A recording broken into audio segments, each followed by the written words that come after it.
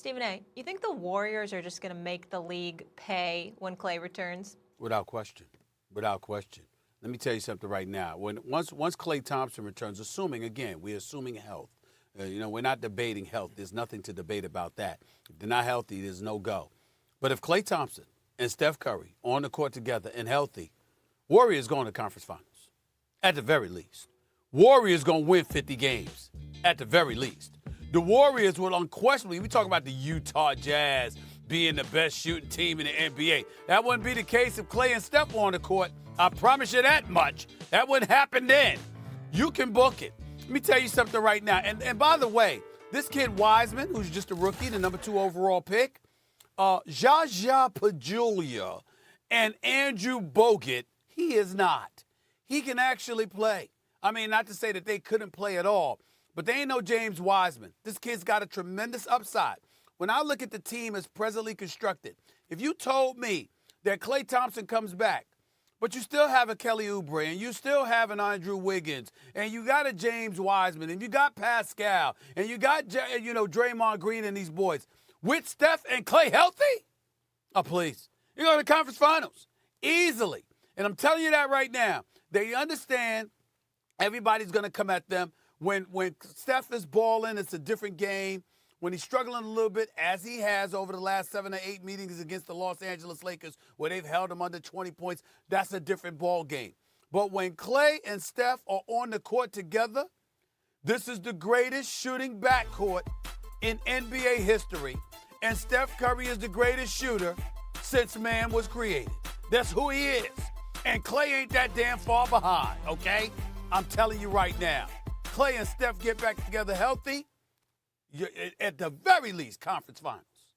They're not making the league pay when Klay gets back. That's different, Stephen A.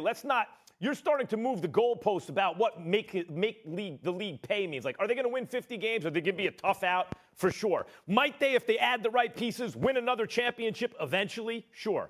But what the Warriors were, what Steph is talking about that stretch where people want payback, they were stomping the league, starting with that 73-win team, because even the year before when they won the title, Cleveland was going to beat them in the finals if Kyrie and Kevin Love were healthy for LeBron. I mean, they went 6 games without them.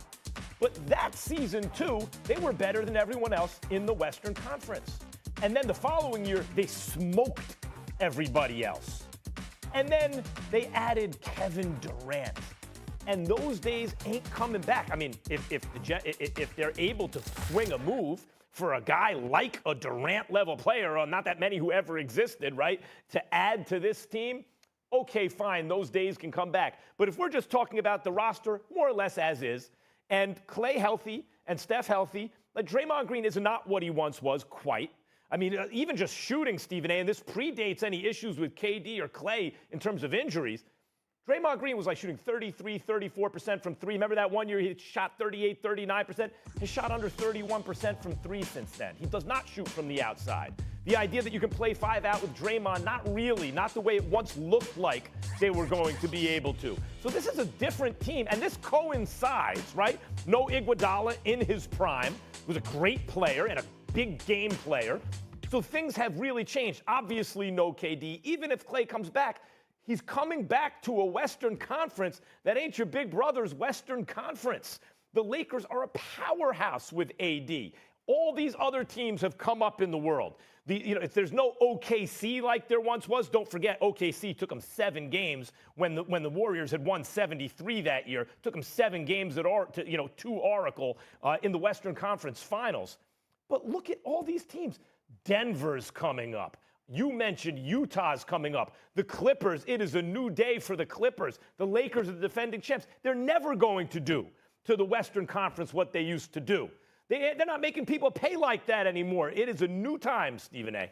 Well, you could say that. We don't know that definitively because, again, we'll see when Klay Thompson gets back. That's number one. Number two, the league is adjusted. What did the Utah Jazz did? After losing in the first round of Denver last year, they went out and they got some shooters. And they improved as shooters as well. Yeah, you got defense on the interior as well as on the perimeter with Gobert and Royce O'Neal. But in the end, you got guys shooting lights out, and the pickup of Bogdanovich was a big-time pickup. We recognize that. So you got people trying to emulate what the Golden State Warriors used to do. Even LeBron James, excluding the month of February, where he was god-awful from three-point range at about 16%. The bottom line is that he's been shooting better from the three than we've seen him do arguably in his entire career. So we're paying attention. But who are the originators? Who are the pioneers in the modern era when it comes to the three-point shooting artistry? That would be the Golden State Warriors. Now, in Draymond's case, he's got something to work on because what you pointed out, Max, in 2015, 2016, he shot 38% from three-point range. Since then, it's 30, 30, 28, 27, and it's now at 22.4%. And you can't even say it's Klay's injury because it predates Klay's injury. Well, I understand that. So that's something that's the impediment to Draymond. I think he does everything else great, but shooting the basketball definitely is not his thing. In the end, though, what I think about is the presence of Klay and Steph and what that would open up for Wiseman, what that would open up for an Oubre, a Wiggins, a Pascal, or anybody else. I think about this shooting not just from three.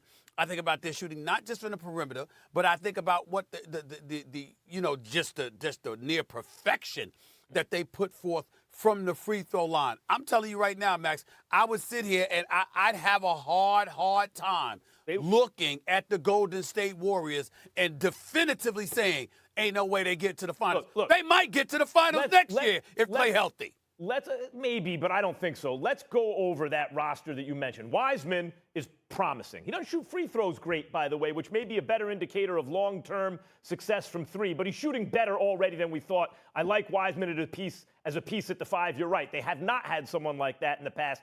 That's an improvement. Oubre's okay. Wiggins is fine, not compared to his salary, but he could play.